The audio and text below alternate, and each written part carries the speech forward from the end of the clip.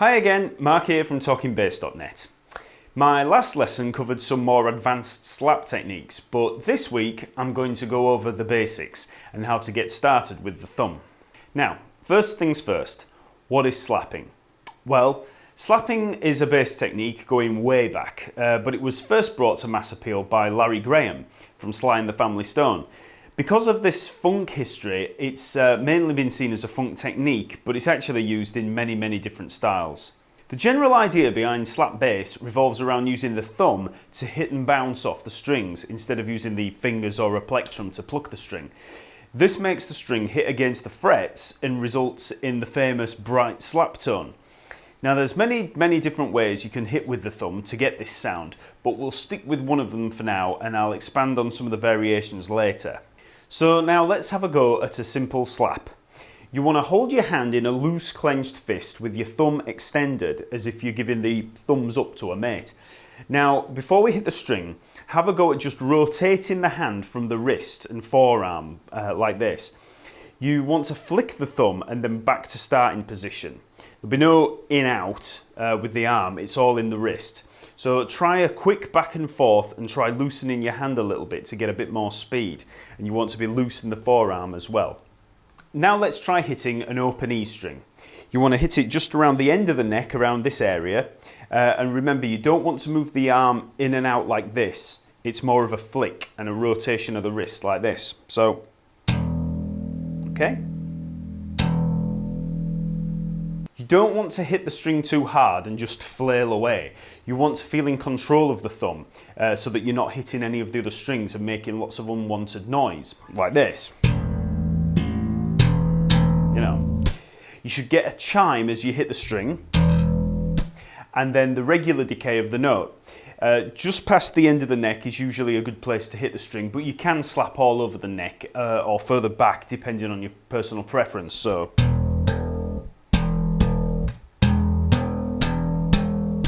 You can kind of get that chime anywhere along there.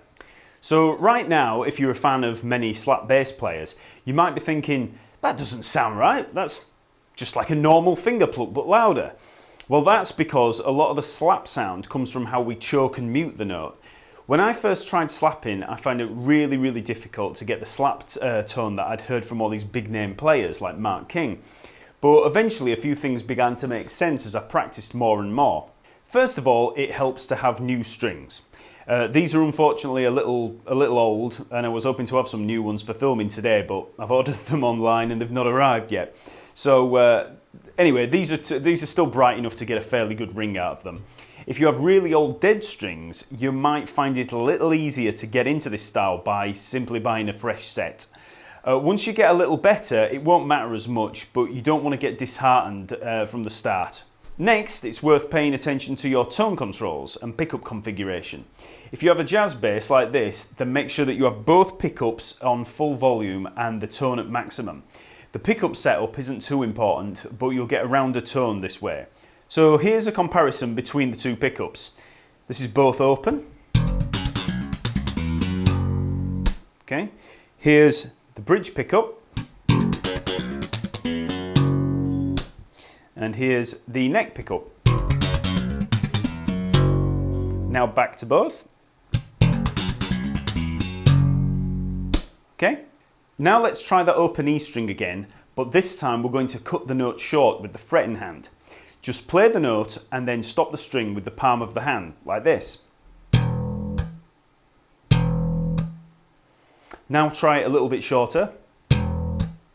And a little shorter. Or really short and staccato. This controlling of the note duration is really important in getting a good slap tone. So now let's try the same choking technique but with a different note. We want to fret the G, the third fret on the E string, and slap and then hold the note. So we're holding for the full duration.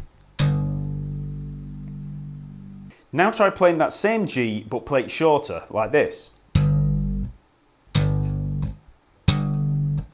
To do this, you want to release pressure on the note and use the other fingers of the hand to choke the string like we did with the open string.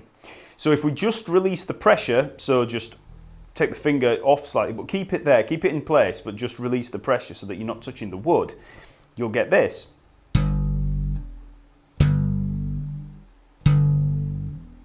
Now you can hear a little bit of a ring afterwards as the harmonic rings out. So now try choking the note with the remaining fingers of the hand. The trick is to hit with the hand at the same time as releasing the pressure. So it's all one motion. A little quicker. Okay, now let's try slapping the A string. Let's try the open A first in various note durations. So that's held.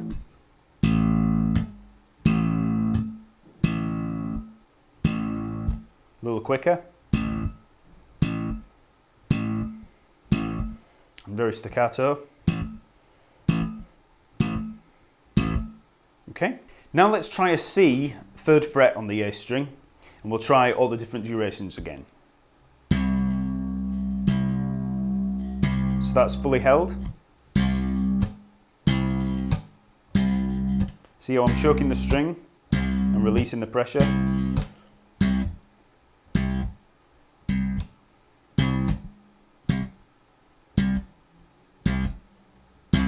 Okay, so let's try a really simple progression to work through with a basic rhythmic pattern. This is going to be in the key of G, and we're going to move through the notes G, B, C and D.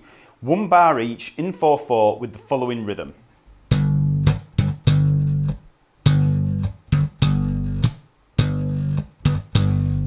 Okay, so with each note, G, B, C, D,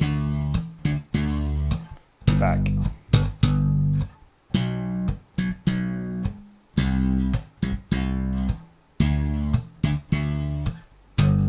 Okay. Try to control the length of each note accurately. Remember, there's 2 longer notes and a shorter one to take care of. Notice how I moved my hand up to take care of the choking on the D. Here I'll stay in one position without moving and use the little finger to play the D and simply release pressure on it for the choking. There's no need to use the whole hand in controlling the note all the time. Okay, so this is all in one position.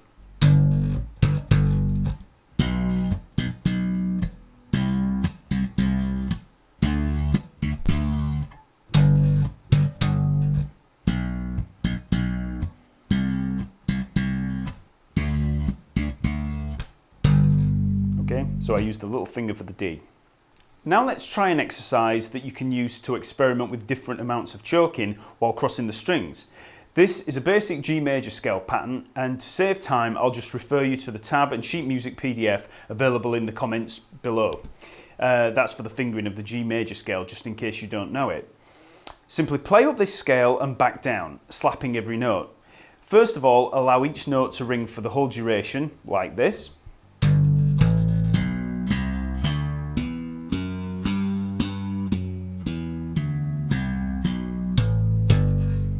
And then try progressively shorter durations.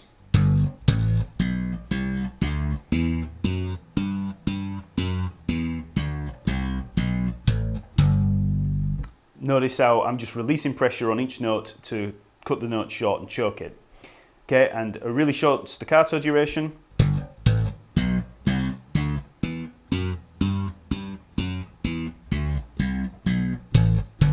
Okay, and then you can build up speed if you want to.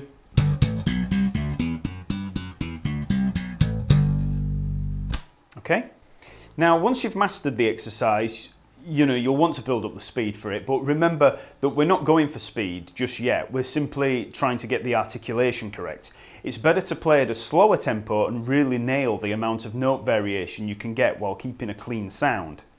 So as a follow-up exercise for the thumb, try slapping pretty much anything that you already play. Different riffs, scales, arpeggios, runs, anything. It'll build up dexterity in the thumb and the suppleness of the wrist. I never concentrated on the thumb in isolation when I first started. I just went straight for banging out octaves with both slapping and popping. I should have spent more time developing my thumb control first because I found it really difficult to progress. Now let's move on to popping. To do this, we just hook the first or second finger of the slapping hand under the string and pop it out like this. You don't need to pull it right out like this, just pull it enough to get a sharp pop sound. I tend to almost use the side edge of my finger, and I always use the first finger. When I first tried popping, I used my second finger and I popped straight out like this. But I found that I used to have this strange reaction to it and felt really uncomfortable. So if you have any problems, just alter your technique accordingly. It must work fine for other players like Flea, because he really pops hard. So if you want to use your second finger, that's fine. Now let's try an octave pattern so that we can try out the combination of the slap and pop technique. Try the C octave with the 3rd fret on the A string and the 5th fret of the G string, and just try the following exercise, holding the notes for the full duration. So you want to slap the A string and pop the G string. So.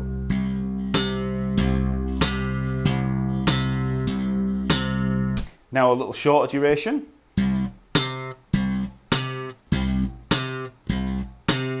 And now really short staccato. Now let's try the same pattern but using the octave G on the E and the D string.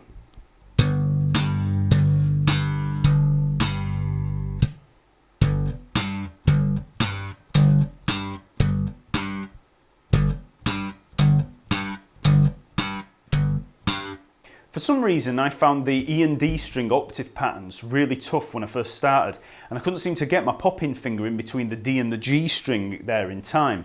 Now the key to this is to drop the finger down under the D string at the same time that you slap, like this.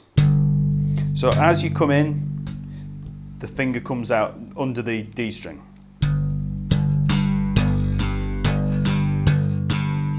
Okay? Now let's try a really cliched disco groove, starting on the D on the A string and coming back up from the B. So the octaves will be D, B, C, C sharp, and D again, and round and round.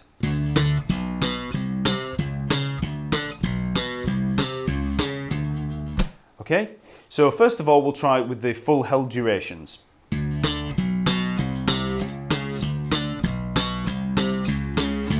Okay, and now a little shorter.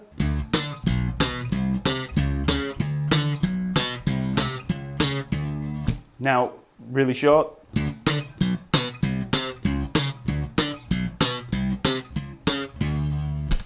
Now try just holding the slap note but cutting the pop short.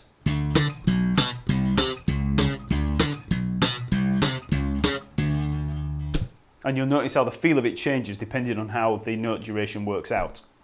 Now try the same pattern but starting on the A on the E string. So we'll be using the E string and D string as the octave pattern. So this is A, F sharp, G, G sharp, A, F sharp, G, G sharp. Okay? You may have seen a few other ways of slapping the bass, particularly the thumb down style like Flea from the Red Hot Chili Peppers, who slaps like that.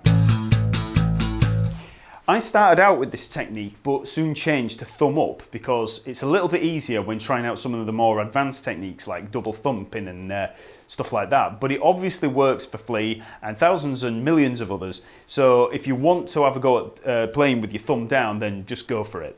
Now I'll leave it there for this lesson because that's enough to get started with the technique itself, and I could easily go overboard with the length of this lesson.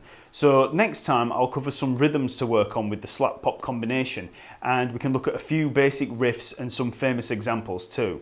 So as always, please like this video and subscribe to my channel, and remember to also visit www.talkingbass.net for more of my videos and blog postings on all things bass. Okay? See you later.